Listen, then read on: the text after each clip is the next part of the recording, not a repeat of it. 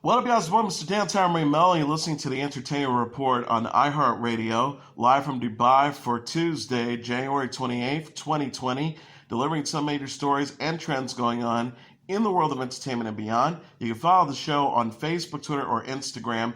Facebook.com/The Entertainment Report with Ray Melo, that's RAYMELO, on Twitter at The Enter Report, or on Instagram at The Entertainment Report. You can listen to the show anytime you want on iHeartRadio. Just go to iHeart.com or your iHeart phone app, search for The Entertainment Report, and it'll take you to the page. The pilot of the helicopter carrying NBA legend Kobe Bryant, his daughter, and 7 other people made a rapid upward ascent to avoid a layer of clouds in the moments before it crashed into a hillside, federal investigators said Monday night. The National Transportation Safety Board member Jennifer Homendy said in an update the helicopter had been flying from Orange County to Ventura County in Southern California below 1,000 feet under Special Visual Flight's rules when the 29-year-old Swarovski S-76 chopper slammed into a hillside in Calabasas. The pilot told ground controllers he was making the upward maneuver in what would be the aircraft's final radio communication. Special Visual Flight rules allow pilots to fly lower than usual, most commonly due to poor visibility or poor weather conditions. Fog had settled into the area early Sunday, officials said, and was so bad that both the Los Angeles Police Department and the Los Angeles Sheriff's Department barred their helicopters from flying in it. The pilot of Bryant's chopper flew in circles for 12 minutes before controllers granted him SVFR. The assistant also requested radar assistance from the ground to help him avoid other air traffic in such reduced visibility, but controllers told him the helicopter was flying too low to be monitored. The wreckage of the helicopter, which can accommodate about a dozen passengers, is at about 1,100 feet above sea level and is scattered over about 600 feet, Homendy added. She says there is an impact area on one of the hills and a piece of the tail is down the hill. The fuselage is on the other side of the hill, then the main router is about 100 yards beyond that. Brian and his 13-year-old daughter Gianna were traveling from their home in Newport Beach to a basketball game at the Mamba Academy in Malibu when the chopper crashed. 6 others associated with Brian and his basketball academy were also aboard, plus the pilot. Officials say that Sikorsky's S-76 chopper was built in 1991 and does not have a prior history of other crashes or mechanical incidents. Brian often kept a chartered helicopter at Orange County's John Wayne Airport. Authorities said Monday it could take days to retrieve the bodies and make formal identifications due to the ruggedness of the terrain in which the chopper crashed. Sheriff's deputies have reached the area on horseback and even bulldozed a new road to get a vehicle in the vicinity. The Los Angeles coroner, however, said 3 of the bodies were recovered late Sunday, though it did not say to whom they belong. The Los Angeles County Sheriff's Alex Villanueva says due to the intense interest in the crash, the public has been barred from assessing the wreckage site. Officials invoked an emergency ordinance that makes it a misdemeanor to trespass at the site, he noted. As Bryant was mourned worldwide on Monday, the Los Angeles Lakers and NBA star LeBron James both issued their first statements on the matter. James, star forward for the Lakers, promised to continue Bryant's legacy, and the team announced the cancellation of the game with the Los Angeles Clippers and said after the aftermath of Bryant's death has been a difficult time. Saturday Night Live alums Will Ferrell and Julia Louis-Dreyfus never met before they starred in the dramedy Downhill, which premiered Sunday at the Sundance Film Festival. Ferrell told interviewer Will Reeve on Good Morning America on Monday, "I've been sent the script and sat down with Julia, which was literally the first time we ever met." Louis-Dreyfus added, "Still, we can't believe it. We're kind of baffled by that." Reeve noted, "You never met. You're like the Titans, the icons of your generation." Louis-Dreyfus agreed, "That's what we said. We're Titans." The stars played Pete and Billy, a married couple on vacation in the Austrian Alps when an avalanche strikes and Pete abandons his family. Ferrell says Pete's a jerk, but at the same time, I think there's a certain vulnerability you must find in Pete. You're almost sympathetic to him in a weird way. Louis-Dreyfus said that she was attracted to the story because it explored, quote, the notion that you might be viewing reality in one way through a certain lens, and that lens is pulled off, and all of a sudden you're viewing reality a completely different way. Ferrell was an SNL cast member from 1995 to 2002. He went on to star in films Anchorman, The Legend of Ron Burgundy, Elf, Old School, Talladega Nights, Step Brothers, The Other Guys, and Daddy's Home. Louis-Dreyfus was on SNL from 1992 to 1985, then won 8 Emmy Awards for her work on the sitcoms Seinfeld, The New Adventures of Old Christine, and Veep. While the Glorias portray Gloria Steinem's life as a feminist icon, it puts the spotlight on a lesser-known activist who helped shape her work. Steinem and Julie Taymor, who directed the film, said at the Sundance premiere Sunday they hope it brings more attention to activists like Dorothy Pitman Hughes, played by Janelle Monáe, and Flo Kennedy, played by Lorraine Toussaint, among modern audiences. Bette Miller plays women's movement leader Bella Abzug, and Kimberly Guerrero plays Native American activist Wilma Mankiller.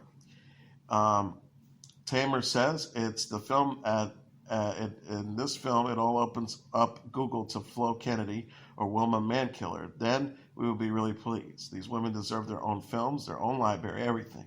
If we had a subtitle, it would be Meeting with Remarkable Women. 4 actresses, Julianne Moore, Elisa Van Kander, Lulu Wilson, and Ryan Kiera Armstrong portray Steinem at various stages. Moore takes on the role of Steinem, is leading the women's movement. In one scene, Steinem refuses Newsweek's coverage because the magazine insists on putting her on the cover. Steinem wants her fellow leaders and the women's marching with them to be included, although Newsweek sent a photographer to secretly grab a shot anyways. Today, Steinem, who's 85, still credits the African American and Native American women who guide her in her advocacy. She says, I learned feminism, as you can see, disproportionately from black women. It's so important that young women, old women, generations, men, and women work together because we all have something different to bring. The Glorias began as an adaptation of Steinem's autobiography, My Life on the Road. It grew to include events from her life that she did not include in the book. Steinem says she trusted Taymor with her life story and remained hands-off. Steinem says, I think my exact words were something like, you're a genius, you can do anything you want, I have something better than approval, I have faith. Since the narrative film is more docudrama than documentary, Taymor wanted to include a conversation Steinem had with Dolores Huerta, played by Monica Sanchez, at a different time that it actually occurred in history. Steinem gave her blessing. The notes Steinem had were more about personal details. Taymor said, she said, my house in Toledo, there was a highway in front of it. Taymor explained to Steinem that it would require visual effects to put a highway in front of a house. Taymor said she gave the blessing, which, if it is emotionally right, it's right. Steinem has a cameo in the film. In addition to archival footage from some of her speaking engagements, Steinem plays herself in her apartment. Steinem says, that's me typing and standing in the window. That's me. Sunday's episode of Doctor Who featured the introduction of the first black doctor and the return of the long-absent Captain Jack Harkness. Jodie Whittaker plays the 13th incarnation of the time traveler doctor on the Sci-Fi show. This weekend's adventure saw her meeting a woman named Ruth, who played by Jo Martin, who turned out to be a previously unseen regeneration of the Doctor, according to Yahoo News. As of now, it's unclear how this character will fit into the show's mythology. Also unknown is whether she will appear in future episodes or if this was a one-time only guest appearance. Whittaker, who has played the Doctor since 2017, was the first woman to play the role. She signed on to continue as a Doctor for at least another season. The latest episode also featured the unexpected return of Captain Jack Harkness, who was played by John Barrowman in previous seasons of Doctor Who and the spin-off Torchwood. And Instagram post, Barrowman called the positive online fan reaction he received truly overwhelming. He said in the video, let's hope there is more. You never know. I love all my Wookfian fans, all my Torchwood fans. Thank you so much worldwide. This is the bomb. Captain Jack is back. The 10,000th episode of the British soap opera Coronation Street is set to air February 7th. The ITV press release said, Rita is shocked when a parcel arrives containing the ashes of her estranged husband, Dennis Tanner, along with the note requesting she scatter them in Blackpool. Deciding a day trip is something everyone would enjoy. Jenny books and coaches and invites a group of government residents to them. series follows members of the working-class community of the fictional English town of Weatherfield. It stars Barbara Knox, Sue Nichols, William Roach, Chris Gascoigne, Helen Worth, and Kate Ford. Producer Ian McLean says 10,000 episodes, not bad for a program which was one newspaper said in the 1960s. It was due from the utmost. I am first and foremost a massive fan of the show, and I watched this landmark episode with absolute glee. A former movie production assistant took to the stand Monday to testify at the New York City trial of disgraced Hollywood producer Harvey Weinstein, who is now at the critical stage of his sexual misconduct trial. Weinstein, once one of the most powerful figures in the movie business, is looking at a significant prison sentence as he faces one charge of first-degree rape, 2 counts of predatory sexual assault, 1 count of first-degree sexual assault, and 1 count of third-degree rape. Miriam Mimi Hayeli, one of 2 women who accused Weinstein of the crime, took the stand Monday morning. She has said Weinstein forcibly performed a sex act at his New York City apartment in 2006. Another woman accused him of rape at a New York City hotel in 2017. Hayeli went public with her accusations in 2017, as other claims were made about Weinstein. Hayeli said she met Weinstein in the 2004 project, The American, and again while working on the reality show Project Runway. According to her, Weinstein once showed up at her apartment and made unwanted advances. Hayeli said on the stand, "At one point, because I just didn't know how to shut it down, so I said, you have a terrible reputation with women. I hear." He stepped back and said, "What have you heard?" Actress Annabella Sciascia had previously testified Weinstein assaulted her in her home in the 1990s. Weinstein has denied the accusations. His trial began earlier this month and could last 7 weeks. Actor, writer, and producer Dan Levy will receive the Human Rights Campaign Visibility Award. The organization announced in a press release Monday that Levy, who's 36, will be honored March 28th at the HRC Los Angeles dinner. Levy co-created the CBC series Schitt's Creek with his father, Eugene Levy. Levy, who is gay, plays David Rose, who is pansexual through the film. On the show, rather. HRC President Alfonso David said in a statement, through his advocacy, his creative leadership, and his hilarious, authentic portrayal of David Rose on Schitt's Creek, Dan Levy is moving LGBTQ visibility forward by inspiring us to embrace all of who we are. By creating and inhabiting the world of Schitt's Creek as a community where people are welcome no matter who they are or whom they love, Levy is helping take all of us closer to that reality. We're incredibly excited to honor Dan Levy with the HRC Visibility Award at the 2020 Los Angeles dinner. HRC confirmed the news on Twitter. Levy voices gratitude and response. He wrote, "I hope to find the words to properly articulate my gratitude by the time we sit down to dinner. For now, I will simply say thank you at HRC. This means so much." Levy appeared on Watch What Happens Live with Eugene Levy and their Schitt's Creek co-star last week. Levy said he came out as gay at 18 years old when his mom, Deborah Devine, asked him about his sexuality over lunch. Eugene Levy recalled, "We knew for the longest time and we were waiting, and then Mom couldn't wait any longer." Levy said previously on the Ellen DeGeneres show that he's proud to depict as an LGBTQ love story on Schitt's Creek via his character David. He says, "I think for me to be able to tell a queer love story on television freely and without any kind of notes from anyone is a really rare and wonderful thing." Schitt's Creek is in the midst of its 6th and final season. The fate of humanity is no longer at stake in TBS's comedy Miracle Workers. Daniel Radcliffe and Steve Buscemi return for season 2, set in the medieval past where they find new laughs at entirely different characters. Season 1 casts Buscemi as a disgruntled god who decides to end humanity. Radcliffe plays an employee of heaven who convinces him not to do that by making 2 humans fall in love. Season 2 casts Radcliffe as a medieval prince. Radcliffe said via satellite as part of a recent Television Critics Association panel, he doesn't have like the kind of tyrannical bloodlust of his father, but he's psychotically stupid and has a complete lack of empathy or self-awareness. He says Geraldine, Vishwanathan's character, Alexandra and Karen, Sony's character, Laura Vexler, they sort of teach him to be, hopefully, slightly more human.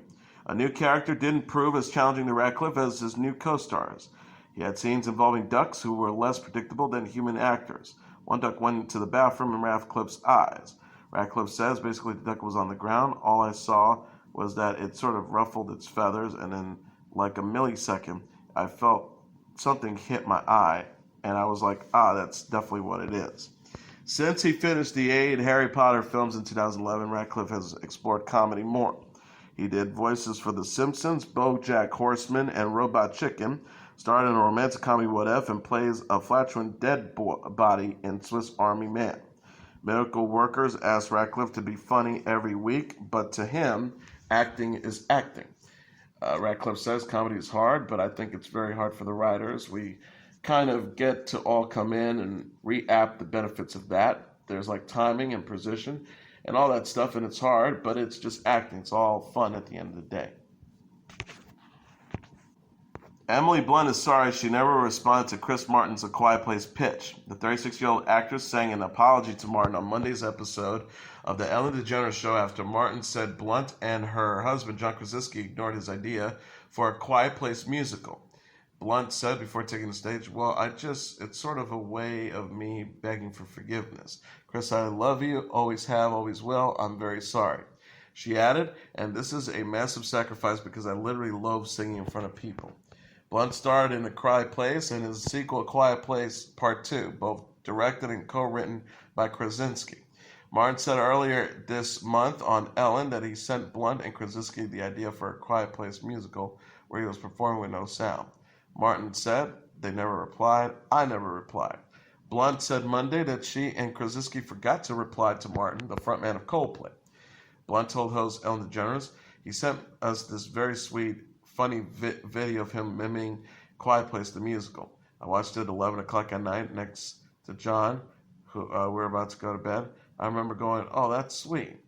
That's so funny. I will write back in the morning. Forget to write back in the morning. Chris, she said, as days go by, then a week, then a month later, I'm like, oh my God, I didn't write back to Chris Martin. I basically felt I left it too late. A Quiet Place opens in theaters March 20th. Paramount Pictures released a trailer for the film this month showing Blunt meeting Cillian Murphy's character. And a related story, John Krasinski and Chris Evans use heavy Boston accents in a brand new Super Bowl ad. Hyundai shared a commercial Monday featuring actors Evans, Krasinski, and Rachel Dratch and former Boston Red Sox baseball player David Ortiz that will run during Super Bowl 54. Evans, Krasinski, and Dratch channeled their Massachusetts roots by using exaggerated accents in the ads, including smartphone. The commercial shows Krasinski demonstrating the 2020 Hyundai Sonata's Smart Park feature, which allows the car to park itself without a driver. Krasinski confirmed he used the Smart Park in several Massachusetts locations that Evans and Dratch list off, including Dorchester, Foxborough, and Boston Harbor. Ortiz, who played with the Red Sox for 16 years, leaned out of a window during the demonstration. Major League Baseball 54 will take place February 2nd in Miami, Florida. Demi Lovato will perform the national anthem, while Jennifer Lopez and Shakira will co-headline the halftime show. Doritos teased a Super Bowl ad last week featuring Sam Elliott. The preview shows the actor reciting Lil Nas X's hit song, Old Town Road, in his signature Western drawl. Evans played Captain America in the Civil Cinematic Universe, while Krasinski starred in The Office.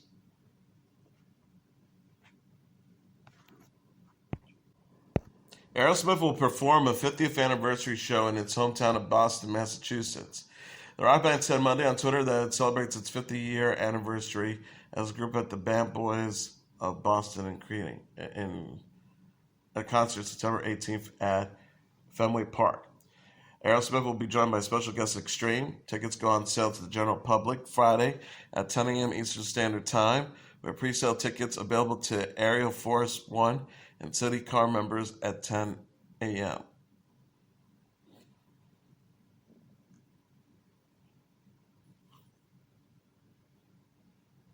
Um, the post reads, the hashtag Bad Boys of Boston are coming home. Don't miss the 50th anniversary show Friday, September 18th, 2020 at the Fenway Park, Boston, Massachusetts with special guest at Extreme Band.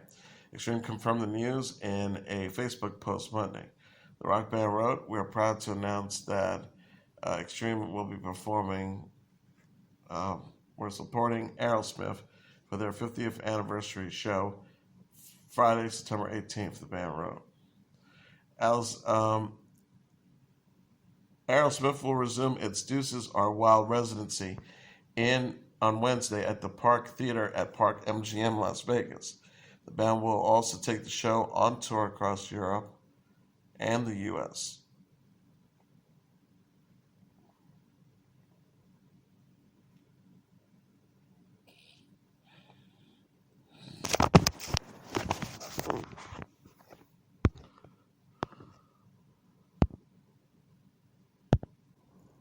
Aerosmith performed with Run DMC after the Grammy Awards Sunday, after being honored Friday at the Music Cares Person of the Year Gala. Aerosmith released their debut album in 1970 and released its 15th studio album, Music from Another Dimension, in 2012. Selena Gomez is celebrating Demi Lovato's inspirational Grammy performance. Gomez showed her support for Lovato, her friend and fellow singer and actress. Selling on Instagram stories after Lovato performed an emotional rendition of her new song Anyone at the Grammy Awards. Gomez shared a screenshot of Lovato on stage at the awards show Sunday in Los Angeles. Gomez said, "I wish there would be words to describe how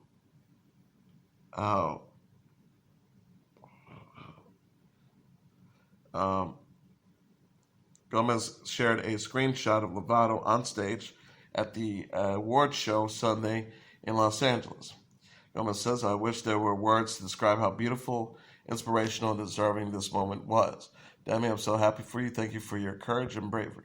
The Grammys marked Lovato's first public appearance since her 2018 overdose and hospitalization. Lovato started her performance over after being overcome with emotion and cried as she performed.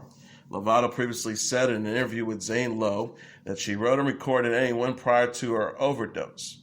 She says, "I almost listen back and hear these lyrics as a cry for help. You kind of listen back to it and you kind of think, how did nobody listen to this song and think, let's help this girl?" Gomez herself returned to the stage at the American Music Awards in November, her first award show performance in 2 years. She reflected on her personal struggles, including her split from Justin Bieber and her health issues, in an interview with NPR's Weekend Edition Sunday. Gomez says, "The reason why I became so vocal about the trials and tribulations of my life is because people were already going to narrate that for me. I wanted to be able to tell my story the way that I wanted to tell it. And all these things happening, and I wasn't going to deny it. I wasn't going to pretend to put a smile on when it was actually awful. A few worst moments of my life." Gomez says she experienced emotional abuse during her past relationship, but has found the strength in it and moved on. The star says it's dangerous to stay in a victim mentality, and I'm not being disrespectful. I do feel I was a victim of a certain abuse. Gomez released her third studio album, Rare, this month. She thanked fans last week after the album debuted at #1 on the Billboard 200. Harry Styles, Camila Cabello, and Dua Lipa are confirmed as performers for BBC Radio 1's next big weekend live music event. AJ Tracey, Biffy Zero, and Calvin Harris are also part of the lineup for the 17th edition of the festival, which is slated to take place at Camperdown Park in Dundee, Scotland, May 22nd to the 24th. Styles said in the press release, "Yes, Radio 1, absolutely thrilled to be back at Radio 1's big weekend. It's the start of the summer, and the crowds in Scotland are always insane. See you soon, Dundee." Cabello added, "Radio 1 has been a huge part of my journey over the last few years, so I am beyond excited to be coming back to the big weekend. It's going to be super fun to the performers and also for you guys in Scotland." About 70,000 fans are expected to attend, the network says. More musical acts will be announced in the coming weeks. And that is your entertainment report for Tuesday, January 28th, 2020. I'm your host, Mr. Downtown Ray Melo. I'll be back tomorrow to deliver some major stories and trends going on in the world of entertainment and beyond. You can follow the show on Facebook, Twitter, or Instagram. Facebook.com/The Entertainer Report with Ray Melo. That's RAYMELO. On Twitter at The Enter Report, or on Instagram at The Entertainer Report. You can listen to this episode or any previous episodes of The Entertainment Report anytime you want on iHeartRadio. Just go to iHeart.com or your iHeart phone app, search for The Entertainment Report, and it'll take you to the page. Good night, and God bless you all.